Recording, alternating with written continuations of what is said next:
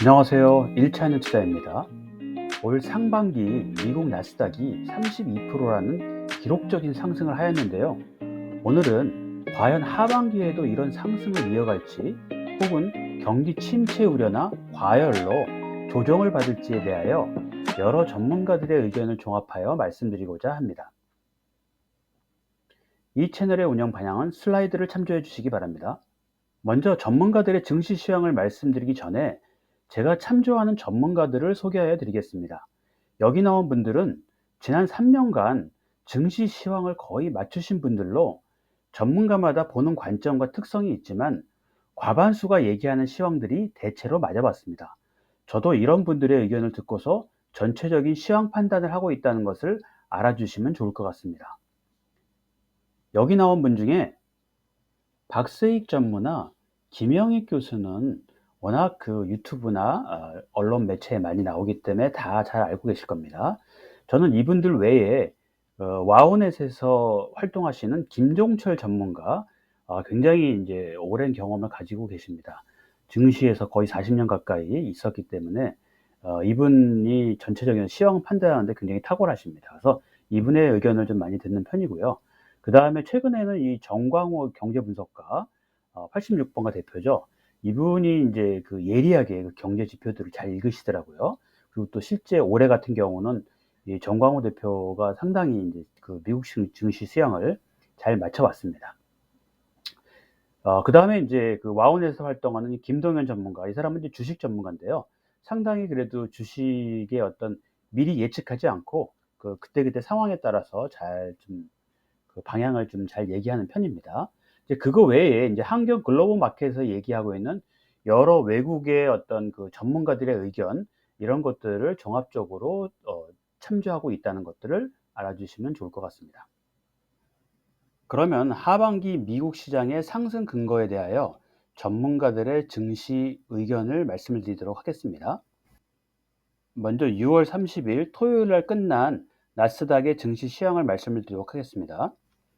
나스닥이 1.45%가 이제 상승으로 끝났고 S&P가 1.23%가 상승했습니다. 진짜 마지막 피날레가 엄청 크게 불기둥이 상승했습니다. 그래서 이렇게 이날 상승한 이유는 PC가 예상보다 낮게 나왔고 소비자 신뢰 지수가 상승하다 보니까 물가는 낮아지고 소비 심리는 높아진, 이거는 그만큼 경기 침체에 대한 우려가 많이 사라졌고 그 다음에 인플레이션에 대한 걱정도 줄어들었다는 이런 신호기 때문에 랠리를 보인 것이죠. 이렇게 나스닥은 이번 상반기에 32%를 무려 상승을 했습니다. 그 다음에 S&P를 16%를 상승했습니다. 만약에 여러분들이 나스닥을 1월 초에 만약에 TQQQ를 사셨다 그러면은 무려 90%가 지금 상승을 한 겁니다. 그래서 어떤 분들은 TQQQ에 대해서 굉장히 위험성을 얘기하시는데, 이렇게 강세장에서는요 TQQQ 같은 걸 사셔야지 그만큼 수익률이 좋습니다. 그냥 QQQQ보다요. 물론 이제 이 TQQQ가 장기적으로 가져갈 수 있는 ETF는 아닙니다. 워낙 변동성이 크기 때문에요. 만약에 작년 같은 경우에 TQQQ를 가지고 있었다면 큰일 났죠. 예. 그래서 이런 어떤 그 증시 시황을 잘 보고서 TQQQ는 사고 파는 게 정말 필요합니다. 그래서 요즘 같은 때는 TQQQ를 사시면은 굉장히 큰 수익률을 뽑으실 수가 있습니다. 그리고 인제 그 소비 지출 추이를 인제 분석한 통계를 보면은요, 미국인들의 어떤 소비 심리는 줄어들고 저축은 조금 늘었다고 합니다. 즉 이 얘기는 연준의 어떤 딱 부합하는 그런 어떤 상황입니다. 그래서 왜냐하면 인플레이션을 이 걱정돼서 금리를 올리는 의미는 소비 심리를 줄이려는 목표거든요. 그리고 저축을 조금 늘려서 그래서 침체에 대비하는 이런 거기 때문에 연준의 어떤 그런 기대와 지금의 어떤 미국 경제는 잘 맞아 들어간다. 이렇게 보시면 될 것 같습니다. 그리고 김종철 전문가가 이제 얘기한 건데요. 이분은 미국의 어떤 상승과 하락 사이클이 66개월, 13개월이 반복된다고 합니다. 즉 13개월 동안 떨어지면 66개월이 이제 올라간다는 얘기죠.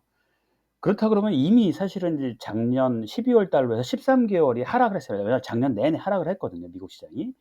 그렇기 때문에 이제는 본격적인 상승, 그러니까 하락이 아닌 상승 사이클. 물론 이제 상승한다고 해서 쭉 올해 상반기처럼 올라간다는 건 아니고 왔다 갔다 하면서 한 1 년, 2년 보면은 쭉 올라갔다. 그러니까 지금보다는 더 올라갔다. 이런 의미입니다. 그래서 이런 분의 의견을 들어도 하반기에는 뭐 하락보다는 상승에 더 무게가 실립니다. 그리고 또 이제 정광호 이 분석가, 경제 전문가의 의견을 들어보면요. 이분은 인제 역실적 장세에서 바로 또 실적 장세로 넘어갔다는 거죠. 그래서 이 실적 장세는 가장 뭐 어떤 그 장세 중에서 긴 장세입니다. 우리가 인제 그 증시의 어떤 그 사이클을 보면은요. 뭐 역금융 장세, 금융 장세, 역실적 장세 뭐 이렇게 한 4 가지 정도로 나뉘는데 현재는 어떤 실적 장세로 들어왔기 때문에 이런 장세는 보통 긴 장세로서 최소 2년 정도는 간다는 의미입니다. 그래서 우리가 하반기에는 여러 가지 그 전문가들의 의견을 종합했을 때 앞에 말씀드렸던 제가 그 전문가들 한 6명 의견을 드렸는데 이런 전문가들의 의견을 들었을 적에 과반수가 사실은 하락보다는 상승에 배팅을 하고 있습니다. 그래서 저도 이런 분들의 의견이 나름대로 타당하다고 봅니다. 그래서 저도 앞으로는 인제 그 미국 주식을 중심으로 해서 뭐 지속적인 투자를 좀 늘려갈 생각입니다. 자, 그러면 이제 하반기 하락의 근거를 좀 살펴보면은요. 일단 장단기 금리 차가 계속 확대되고 있다는 겁니다. 근데 이제 장단기 금리 차가 단순히 확대된다는 걸로 인제 하락이 아니라 이걸로 인해서 침체가 와야지만 사실은 인제 이 하락이 온다는 얘기거든요. 그래서 가장 중요한 거는 경기 침체입니다. 그래서 경기 침체가 언제 오느냐, 이게 인제 하반기의 하락의 오는 어떤 시그널이거든요. 그래서 인제 김영익 교수가 인제 사실 이런 어떤 하반기 대표 주자인데, 그래서 이분이 근거를 들고 있는 거는 어 지금 보면 인제 미국 시장에서 매주 인제 실업률 청구 수당이 나오는데 이런 실업률 청구 수당이 점점 높아지고 있다는 겁니다.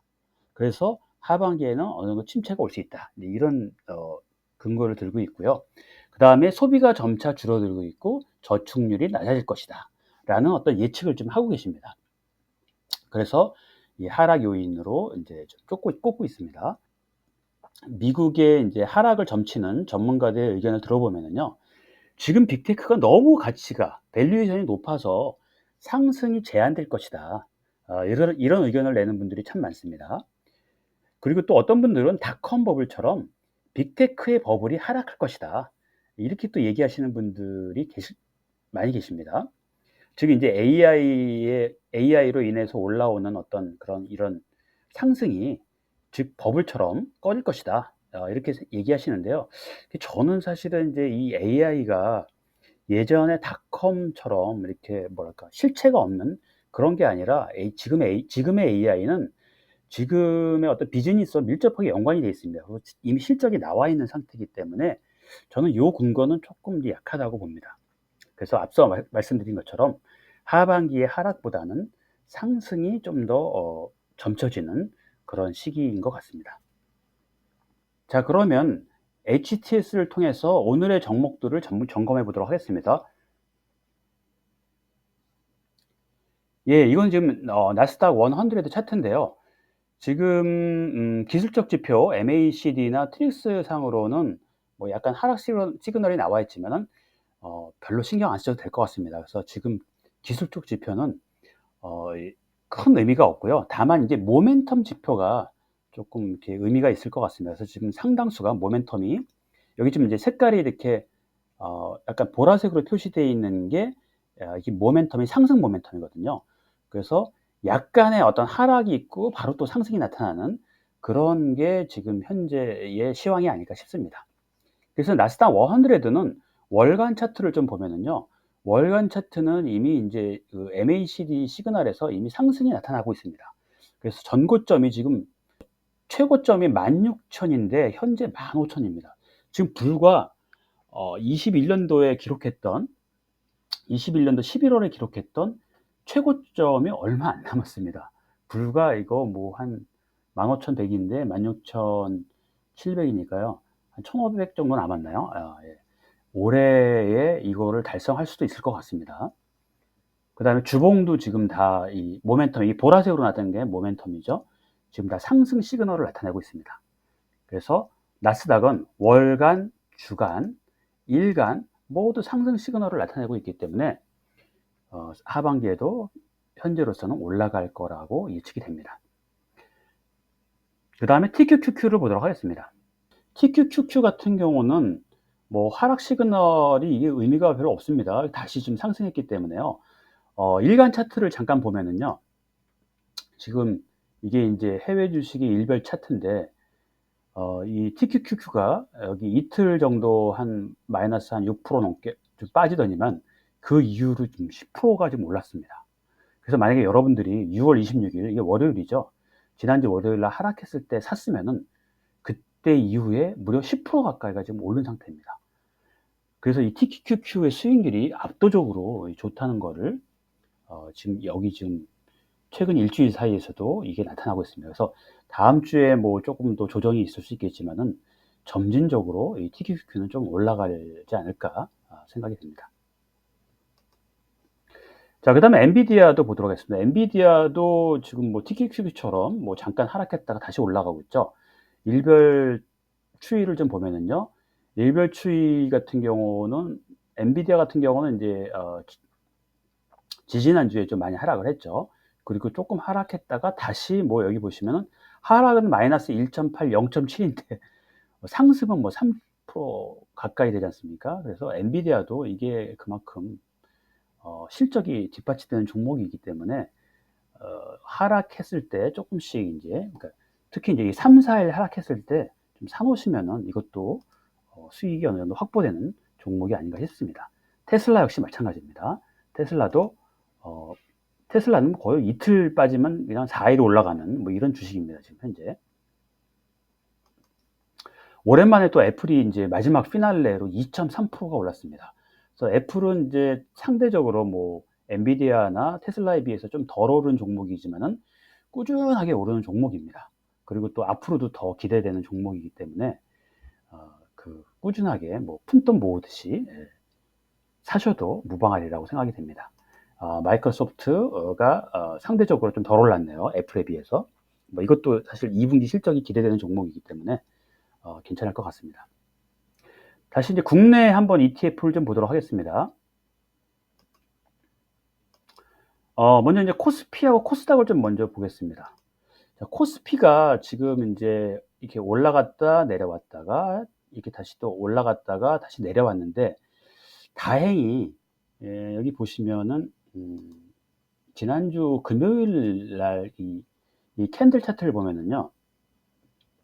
이렇게 아래로 빠졌다가 60일선 아래로 빠졌다가 이렇게 쭉 끌어올려줬습니다. 여기 이제 이게 세표정이라고 하는데 쭉 끌어올려졌죠. 이제 이 얘기는 뭐냐면은 이제 하락을 그만하고 이제 상승할래 약간 이런 의미입니다. 특히 이제 60일선이 의미가 있기 때문에 그래서 60일선을 찍고 조금 올라가지 않을까 싶습니다. 그래서 만약에 지금 코덱스를 만약에 갖고 계신 분이나 이런 분들은 더 이상 파시면 안 되고요. 좀 갖고 계시거나 아니면 추가로 이때부터 매입하셔도 조금 더 낫지 않을까 싶습니다. 코스닥도 마찬가지입니다. 코스닥도 지금 이제 60일선을 하회했죠. 하회했는데 하회하고서 지금 찍고 올라가죠. 그래서 보통 이제 강세장에서는 60일선 이하로는 안 내려갑니다. 20일선 아래로 내려갈 수 있어요. 내려갈 수 있지만은 그 웬만한 종목들이 60일선 아래로 안 내려갑니다. 좋은 종목들이. 그래서 한 60일선에서 찍고 다시 상승하는 경향이 있습니다. 그래서 만약에 코스피 코스닥에 관심이 있으신 분들은 뭐 다음 주에 좀 눈여겨봐서 좀 저점 매수 하셔도 나쁘진 않을 것 같습니다. 다만 우리나라 시장은 위가 막혀 있다는 거, 미국처럼 이렇게 쭉 올라가는 게 아니라, 그러니까 리니어하게 쭉 올라가는 게 아니라 막혀 있습니다. 그래서 그걸 염두에 두시고 투자 비중을 조정하시기 바랍니다. 자, 제가 다 이제 말씀을 드렸죠. 그래서 우리가 주식 시장에서 중요한 거는 사고 파는 시기를 잘 알아야 됩니다. 그래서 지금은 미국 시장은 사는 시기, 파는 시기가 아닙니다. 계속 갖고 가시다가 그럼 언제 팔 거냐? 저희 방송을 꾸준하게 구독하시고 알람을 해놓으시면은 제가 파는 시기를 알려드리겠습니다. 파는 시기는 그 나스닥에서 중요한 시그널이 나옵니다. 그때 제가 그때 무조건 2분의 1을 파셔라 제가 말씀을 드리겠습니다. 그래서 그때 보시고서 싹 파시기 바랍니다. 늦게 사시더라도 무조건 파셔야 돼요. 파실 때는요. 자, 그럼 오늘 말씀드린 게 도움이 되셨다 그러면은 좋아요 부탁드립니다. 감사합니다.